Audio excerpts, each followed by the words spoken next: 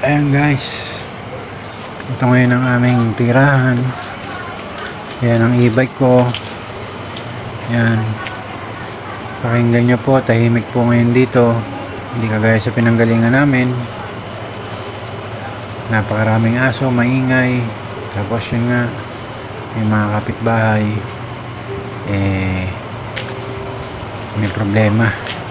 Hindi ko na po dapat sabihin, pero yun ay pinagbabawal. Silipin po natin yung loob. Wala pa po yung ibang gamit namin, kagaya ng papag, lamesa, upuan. Ayan yung aking mga anak, gumagawa sila ng assignment. Ang aking bayaw. At ito po sa unang kwarto, ang aking junior, natutulog na. Ayan, halos lahat naman ng gamit ay nandito na. Lamesa at upuan na lang. Bukas hahakotin na namin yun.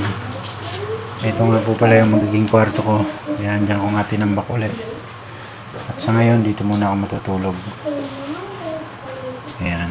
At ako ay magpapahinga na dahil pagod na sa maghapon ng paghakot. Ayan, naayos nila yung kanyang gamit. At bulilit ko, busy sa pagdodrawing. Ayan. Okay guys, maraming salamat po sa inyong suporta. At sana po ipatuloy niyo pa po akong suportahan. Sa ngayon po ay wala po kaming wifi pa. Ayan po, yung lipatan namin meron lang nakasetup. Kailangan na lang pambayad para makabitan ng wifi. Kaya sa mga hindi ko pa po nababalikan, antay-antay lang po, babalikan ko po kayong lahat. Ayan guys, silipin nyo sandali yung aking ilaw bago ako magpaalam. Ayan, bluetooth po yan.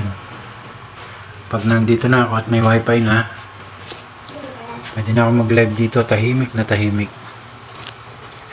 Ayan, hintayin nyo po yung aking pagla-live at magkwentuhan tayo, magkantahan.